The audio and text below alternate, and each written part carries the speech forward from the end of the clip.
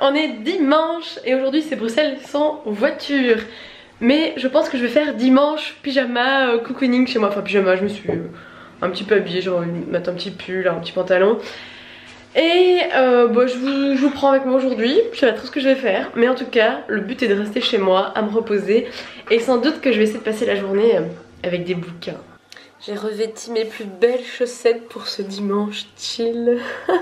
Avec Philippe on a un petit débat, bon je vous le montre pas parce que le pauvre s'est tapé une petite crise d'allergie et son visage est un petit peu traumatisé par cet épisode. D'ailleurs hier j'ai dû couper des séquences où on le voyait parce que vraiment, enfin si on le voit de ce côté ici, il est bien arrangé donc bon il veut pas se montrer. Mais on vient d'avoir une petite réflexion que moi je me plains toujours que j'ai beaucoup de vaisselle parce que je fais toujours plein de choses, parce que je cuisine toujours énormément. Et donc lui décrétait que c'était mieux de bouffer mal et pas faire de vaisselle. Amen. Amen. Alors moi je suis team je cuisine et lui c'est team je bouffe mal. Je sais pas si c'est un réflexe d'homme et de femme, typiquement. C'est pas je bouffe mal, c'est je mange plus... Mais tu bouffes moins mal bon, aussi. moins bon. Mais moins bon et goûtu. mal aussi. Non, ça peut être sain, mais ça peut être... Ah ouais, le pas snack goûtu. en bas de la rue, c'est Mais ça. non, Ça avait pas de vaisselle. genre du blanc de poulet, t'as besoin d'une poêle, ta salade, tu la mets dans ton assiette, tu mets un peu de riz, voilà, tout ce que t'as à laver c'est une assiette, tes deux C'est couverts, beaucoup quand même. une assiette, tes deux couverts, ta casserole parce que t'as fait la riz à l'eau ou autre, j'en sais rien, et ta poêle, c'est tout. Et voilà. Ouais. Et je lui fais des crêpes et il y a trop de vaisselle. Bah oui. La prochaine fois il en mangera pas. Non, prochaine fois tu les achètes toutes faites. Mais arrête, ça prend 2 secondes à faire. Vraiment le mec qui se plaint que sa meuf lui fait à manger, mais il y a plein de vaisselle. Et tu pourrais m'aider d'ailleurs, hein. Soit dit en passant. J'y suis. Ah, tu vas essayer, c'est bien. Vous réagissez comment quand votre mec vous dit qu'il aime pas Harry Potter?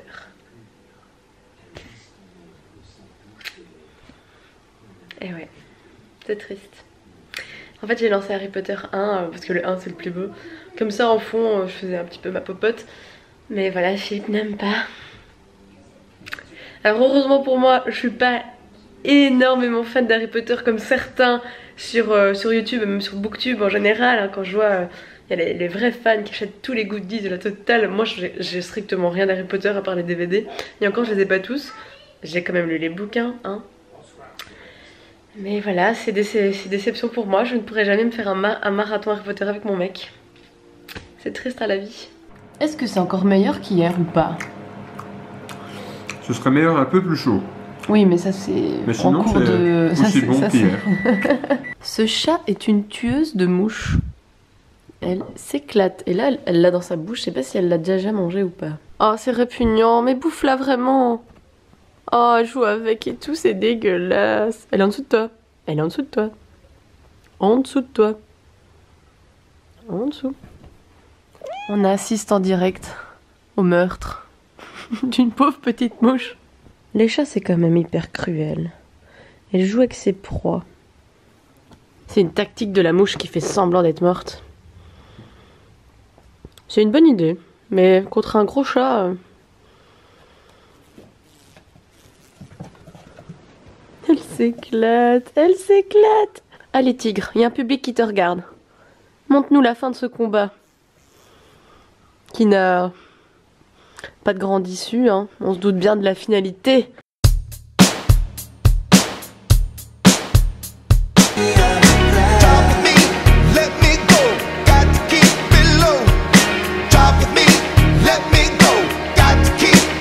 De finir les beaux c'était le tome 3, c'est Mamselle Estérelle de Zidrou et Jordi Lafèvre. J'aime toujours autant, c'est toujours aussi mignon. Je sais pas comment ils arrivent à faire une histoire aussi nostalgique avec tous ces bons souvenirs de cette famille qui part toujours en vacances en France, toujours avec ces clichés des Belges et des Français. Et une part de légèreté, une part d'amour, une part de nostalgie. Et il y a toujours un petit moment où il y a votre petit cœur qui fait un petit bond. Oh, c'est trop mignon.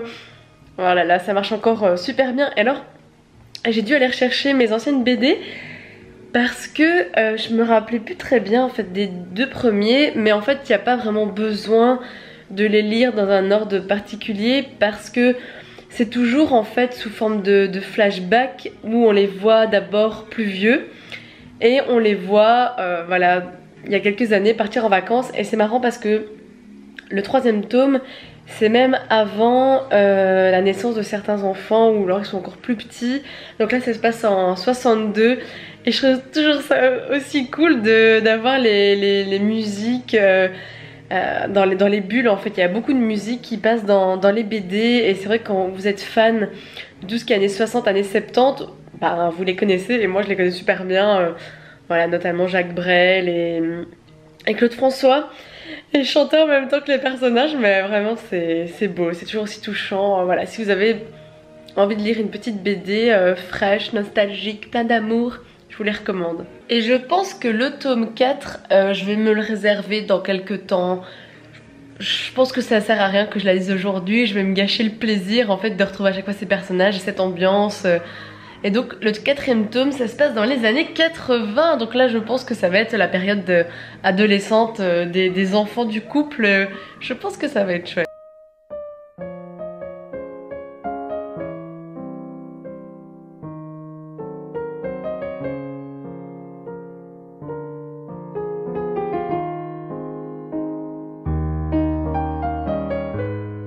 Je suis en train de lire le dernier livre d'Eric Emmanuel Schmitt, donc la Madame Pilinska et le secret de Chopin et le chat se pète des sprints.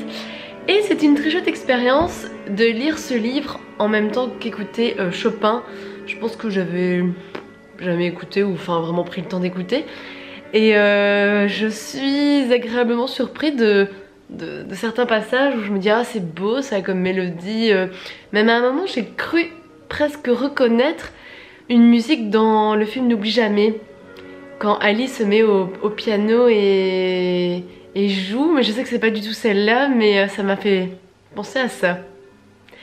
Et donc là je vais faire une petite pause avec un petit café et un petit 4 heures. On est dimanche alors. Des petits Kellogg's Coco Pops dans ma superbe tasse de pampan. Parfois on est obligé d'accepter un verre de champagne. Je viens de terminer l'émission 90 minutes sans chichi, une rediffusion hein, qui est sur YouTube, qui avait invité Eric Emmanuel Schmitt pour la sortie du livre La Nuit de Feu. Décidément je le lis et quand j'ai envie de faire une pause j'ai envie de l'écouter. C'est vraiment, moi je bois ses paroles mais à chaque fois il me fait réfléchir quelque chose sur moi-même. Je pense qu'il aurait été très très bon pour être un psychiatre, un psychanalyste. Des fois je rêve d'être en thérapie avec lui. C'est un petit peu, je suis peut-être un petit peu folle, mais ouais, il a une facilité de manier le vocabulaire, de manier les tournures de phrases, même à l'oral, à l'improse, qui est juste remarquable. Et donc je vais faire quoi? Je pense que je vais continuer à bouquiner son dernier bouquin et je trouve ça chouette de l'écouter avec de la musique classique. Décidément c'est vraiment la journée Eric Emmanuel Schmitt, puisque je me baladais sur son site internet, je sais pas, en quête de peut-être une conférence, une dédicace ou quoi que ce soit, et je trouve encore mieux.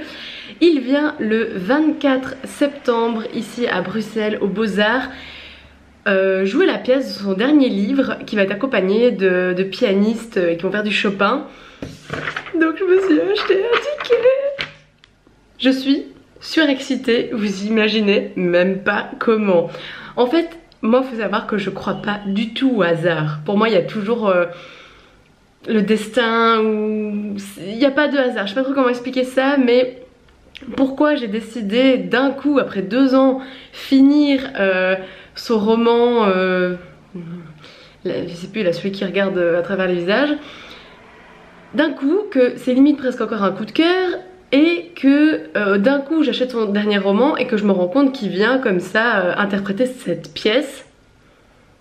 Hein, il y a un signe, c'était le destin, c'était logique quoi. Et je suis méga contente. Bon quand mon mec part, un autre arrive, hein, donc maintenant je suis avec Pablo et comme d'habitude on boit du vin rouge. Et on a commandé une petite pizza qui va bien avec le vin, ma foi. Je suis toujours bien entourée, moi. Même les dimanches que je reste seule, il y a toujours quelqu'un avec moi. C'est pas la soirée parfaite, ça. De la musique, une pizza, un pote et du vin. De tristesse. Ça fait trop du bien. Après la soirée, après la journée Chopin, maintenant c'est la soirée Julien Doré. Venez chercher la corde. Pablo, je t'ai obligée à changer à un moment parce que... Alors Pablo vient de découvrir la chanson Eden de Verphonic. Ok. C'est la vraie révélation. Non, elle est sublime hein, cette chanson. Alors là on est en train de se faire... vous savez... le petit soir où t'as bu un peu trop et que t'écoutes des musiques, voilà. Et on se fait découvrir nos musiques qui nous font vibrer. Calme-toi Pablo. Recule-toi un peu, on reste comme ça. Ouais. Ouais. Ah tu vas essayer de... Je sais pas, on va pas y arriver dans Bouge pas, bouge pas, bouge pas, bouge pas. Ah non mais reviens.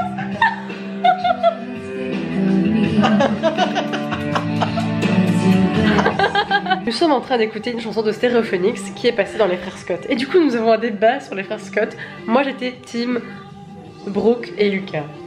Et toi c'était plus Peyton du coup. Et moi je suis désolée mais à partir du moment où un gars vous dit... T'as conscience que pour 90% on me prend pour un PD hein. Pourquoi? Parce que les frères Scott c'est une série de gonzesses hein. On s'en fout, on va passer... Tu sais c'est pas Breaking Bad ou genre un truc. Pablo est un homme, il est hétéro, voilà je tiens à le préciser. Mais ce n'est pas le sujet de la vidéo. J'aime les femmes, J'aime les femmes. Après, mais précisément. le sujet de la vidéo étant, voilà les teams Brooke, Lucas ou Lucas, Peyton. Donc moi j'étais Brooke et Lucas parce qu'à un moment dans un épisode, le premier épisode de la saison 3, putain de bordel, Lucas dit à Brooke, je suis l'homme de ta vie Brooke Davis. Mais putain, le mec qui vous dit ça, allez tu peux pas rester insensible à ça quoi. Non mais au final c'était pas lui. Les gars me partaient avec Peyton le mec tu vois. Ouais, bah moi je suis désolée. Je sais pas où là en moi je pense que Australie. c'est les scénaristes se sont perdus dans l'histoire. Ils ont inversé les rôles. Tu sais, c'est un peu comme dans Dawson, où bah, voilà, Dawson et Joey sont fous amoureux l'un de l'autre, c'est l'amour fou. Mais non, au final, elle finit avec Pacey, et c'était comme ça que ça devait finir. Non, parce que Peyton, elle avait une âme d'artiste. Tu Bah, sais, Lucas, elle collectionnait les vinyles, elle était torturée mentalement, c'était une artiste, tu vois. Elle est comme moi. Pablo se voit en elle. Mais c'est vrai, Voilà. elle est comme moi. Elle est comme moi, c'est une. Mais Brooke, elle est tellement C'est une âme torturée, mais Brooke, c'est une styliste. Brooke, c'est. Mais Brooke, je me vois tellement en elle. Mais on s'en bat les couilles, la question n'est pas de savoir qui se voit en qui. Mais voilà, mais toi, tu te voyais en Peyton, tu préférais Peyton. Mais je me vois pas en Peyton. Mais non, ok, mais le côté artiste. La couleur blonde, je dis pas Le vraiment cheveu les crôlés. admirer, mais. Je peux crawler. On peut essayer, hein, ouais. Après, middle quoi. Mais Scott, c'est pareil, tu vois. Le Lucas, c'était un artiste.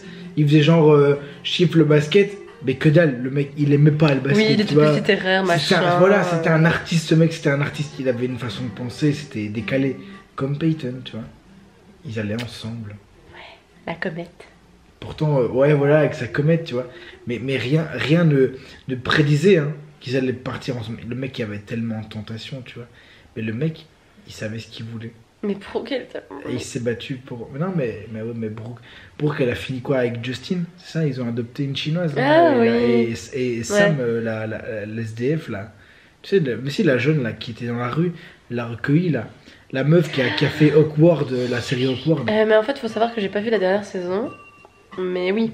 T'as pas vu la saison? J'ai pas vu la dernière, On fait- on se marie et tout. On fait un speech là-dessus, Ah, t'as pas vu la série, connasse! T'as une juive! Non, j'ai pas vu la dernière saison. Je vais faire une proute! Non, c'est déconné! Après au montage. C'est déconné! Non, tu comprends pas le montage. Bon voilà, l'interlude de Frère Scott est terminé. Nous allons repartir sur notre verre de vin, n'est-ce pas? Mais non, mais putain, mais dites-le! Dites-le quoi dites-le en commentaire! De quoi? Pourquoi? Dites-le en commentaire, c'est genre Lucas et Peyton ou Lucas et Brooke? Moi je suis Team Brooke. Mais j'en avais déjà parlé dans un vlog. Parce que tu sais, les épisodes recommencent à B3. Ah oui? Ouais, et du coup j'étais tombée sur le premier épisode, ça m'avait tellement traumatisée en mode j'ai l'impression que c'était hier, mais non, ça fait déjà. Après, Brooke, elle est bien avec Justine, hein. Oui. Et ils allaient bien ensemble, hein. Oui, oui. Ils allaient bien ensemble, attention, hein. Ils allaient bien ensemble. Et ils ont fini par avoir un gosse, hein. Pas des jumeaux. Des jumeaux, ouais, c'est ça, ouais. Mais en fait, j'ai juste pas vu la toute dernière. Ah, elle est Mais- chouette, hein. Et alors, le dernier épisode, Non, Ils mais sont t'inquiète, dans le gymnase. tu peux te taire quand il y a pas je de vais soucis, spoiler, quoi. j'en bats les couilles, je vais spoiler. Écoutez tous, écoutez tous. Ah, ils sont dans le gymnase. Excusez-moi, je deviens fou. Ouais. Ils sont dans le gymnase à la fin. Et alors, il y a tous les acteurs, mais tous, hein. Quand même, Ils sont- Peyton et Lucas, ils reviennent. Tous. Ils sont là, ils sont tous là. Sur les gradins et alors, ils chantent et ils dansent ensemble. C'est génial. Ça, écoute, un final, on aurait dit que C'est sûr que c'était. tu te trompes pas de série, c'est pas Glee quand même. Regarde, non mais regarde-le. Ok. Regarde-le. Donc tu regardes Oh, bon, ça- c'est moi le. Le fan, hein, ici à qui fait côté. cette Hein. série. je me. Non, Pablo C'est n'est pas pro- gay. Première non, saison, non. je me suis vu m'envoyer en l'air avec Brooke dans ma bagnole après le bal, là, tu sais, avec ma veste de quarterback. Bon, ça, je faisais des balances classiques, moi, mais j'étais pas vraiment dans le baseball, ni dans. Dans le football basket. américain, de... toutes ces conneries là. Le basket dans la série quand même. Hein. Si, le basket. Voilà. Oui, c'est le basket. Avec un ballon qui rebondit. Tu vois, voilà, j'étais. Comment réussir à parler pendant 5 minutes de Frère Scott? Voilà. Il est minuit 50. Nous sommes repassés à l'eau, n'est-ce pas? Et on va aller dormir parce que là, déjà que mes yeux en général sont pas terribles, mais alors là, On n'en veut plus. on n'en peut plus. On va aller faire dodo et je vous reprends pas demain, mais mardi. Salut, salut!